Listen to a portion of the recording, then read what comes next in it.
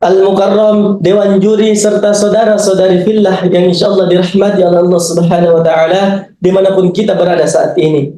Pada kesempatan yang penuh berkah ini, izinkan saya menyampaikan ceramah yang berjudul Kepemimpinan dalam Pandangan Al-Quran.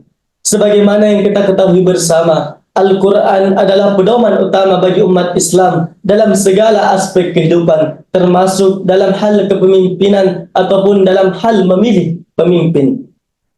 Al-Quran menekankan bahwa kepemimpinan adalah amanah yang besar. Allah Subhanahu wa Ta'ala berfirman dalam Al-Quran surah An-Nisa ayat 58 yang artinya, sesungguhnya Allah menyuruh kamu menyampaikan amanah kepada yang berhak menerimanya. Dan Allah menyuruh kamu apabila menetapkan hukum di antara manusia supaya kamu menetapkan dengan adil. Hal ini mengingatkan kita bahwa seorang pemimpin harus bertanggung jawab sekaligus menjadi amanah dari masyarakat yang akan dipimpinnya. Selanjutnya, Al-Quran juga menuntut agar seorang pemimpin menjadi pemimpin yang adil dan menegakkan keadilan dalam kepemimpinannya. Firman Allah selanjutnya dalam Al-Quran surah Al-Ma'idah ayat 8 yang artinya, hai orang-orang yang beriman, jadilah kamu sebagai penegak keadilan karena Allah, sebagaimana seharusnya bersaksi dengan adil. Dan janganlah kebencian terhadap suatu kaum mendorong kamu berlaku tidak adil. Berlaku adillah, karena adil itu lebih dekat kepada takwa.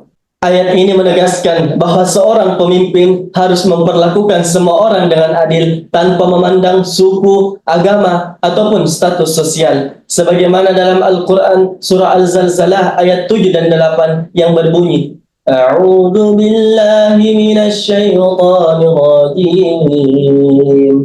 Bismillahirrahmanirrahim. Faman ya'mal mithqala dzarratin khairan yarah wa man ya'mal mithqala dzarratin dzarran yarah. Yang artinya, barang siapa yang mengerjakan kebaikan seberat biji zahra, niscaya ia akan mendapatkan balasannya. Dan barang siapa yang mengerjakan kejahatan seberat biji zahra, niscaya ia akan mendapatkan balasannya pula. Maka dari itu, seorang pemimpin harus memperhatikan baik-baik apa yang ia kerjakan. Karena setiap yang ia kerjakan akan mendapatkan balasannya, entah itu baik ataupun jahat. Serta akan mempertanggungjawabkan kepemimpinannya di hari akhirat kelak. Kemudian, Al-Quran mengajarkan tentang kesabaran dan keteguhan hati dalam menghadapi cobaan dan tantangan sebagai seorang pemimpin.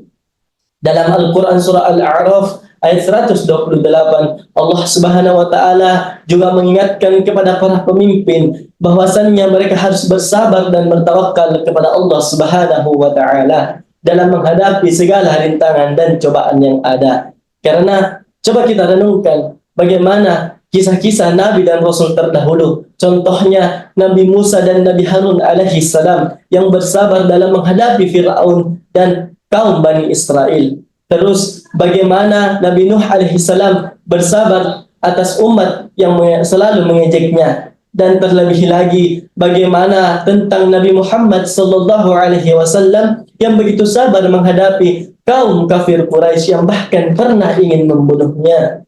Terakhir, Al-Quran juga mengajarkan bahwa sebuah kepemimpinan yang baik adalah yang memperhatikan kesejahteraan umatnya. Artinya, seorang pemimpin harus bekerja dengan sungguh-sungguh demi kesejahteraan umatnya dan akan bertanggung jawab atas perbuatannya di hari akhirat nanti. Al-Mukarraman, Dewan Juri serta saudara-saudari fillah yang insyaallah dirahmati oleh Allah Subhanahu wa Ta'ala dimanapun kita berada saat ini.